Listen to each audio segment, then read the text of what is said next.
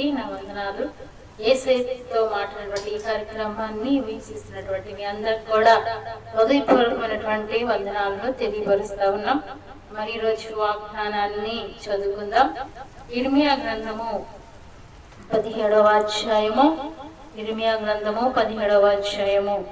7వ వచనాన్ని చదువుకుందాం.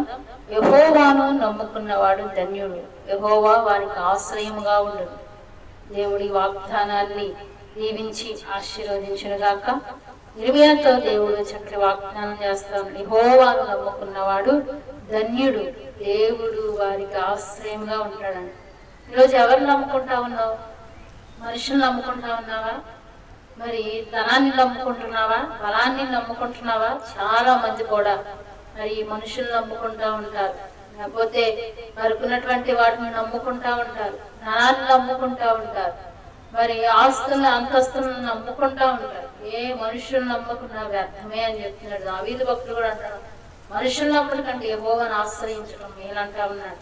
ఈరోజు దేవుణ్ణి నమ్ముకున్నవాడు ధన్యుడు అని చెప్తారు. మనం అనుకుంటాం, చాలా మంది అనుకుంటారు లోకంలో ఆరోగ్యం ఉన్న వాళ్ళు ధన్యులు, ఆస్తి అంతస్తు ఉన్న వాళ్ళు ధన్యులు, లేకపోతే పిల్లలు ఉన్నటువంటి వారు ధన్యులు అని చెప్తా ఉంటాం.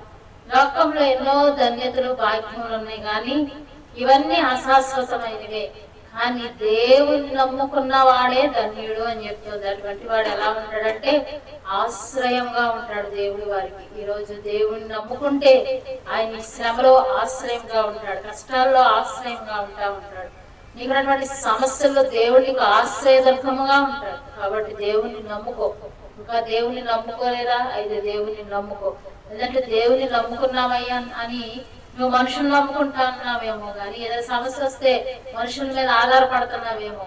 ఈ ఉదయకాల సమయంలో దేవుని మీద ఆధారపడి దేవుని నమ్ముకున్నట్లయితే ఆయన నీకు ఆశ్రయదుర్గంగా ఉంటాడు. కాబట్టి అటు ఆశీర్వాదాలు మేలులు మీకు మీ కుటుంబానికి దేవుడు అనుగ్రహించును గాక.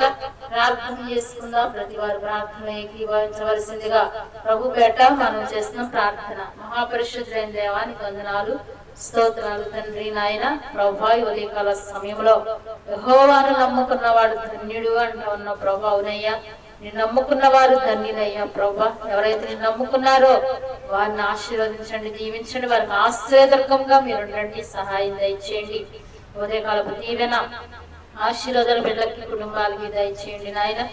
ఎంతమంది అయితే ఉదయకాల సమయంలో తండ్రి నాయన మరి ప్రార్థన ఏకీభవిస్తా ఉన్నారో వాళ్ళందరికీ మీరు ఆశ్రయంగా ఉండండి.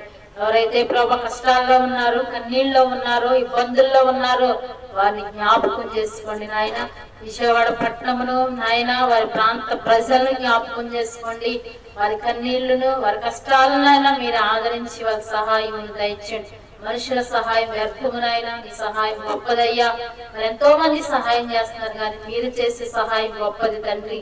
మీ సహాయాన్ని ఆ బిడ్డలకు అనుగ్రహించండి ప్రభు. అక్కడ పరిస్థితులు కూడా అన్ని అనుకూలపరచబడటానికి కూడా సహాయం దయచేయండి. ఉదయకాల సమయంలో ఆ బిడ్డను కూడా దర్శించండి నాయన. మేలుతో నింపండి. యేసయ్య మాట ఈ కార్యక్రమం వీక్షిస్తున్న బిడ్డలందరినీ దీవించండి. వివాహ దినాలు ప్రభు, అలాగే పుట్టినరోజు జరుపుకున్న బిడ్డలకు కూడా సంవత్సరంలో దయాకిరీటంగా ధరింపచేసి ఆశీర్వదించమని యేసయ్య నామం అడిగి వేడుకుంటున్నాము తండ్రి. ఆమేన్, ఆమేన్, ఆమేన్. మీ అందరికీ నా వందనాలు. మీ ప్రార్థనా శ్రోతలకు మా కింద మా ఫోన్ నెంబర్లు వస్తా ఉన్నాయి. మరి దయచేసి మీ ప్రార్థనా శ్రోతలు మరి మాకు తెలియపరచవలసిందిగా ప్రభు పేట మనం చేస్తున్నాం. మరి ఒక్కసారి మీ అందరికి కూడా హృదయపూర్వకమైన వందనం. బలమైనది నా యేసు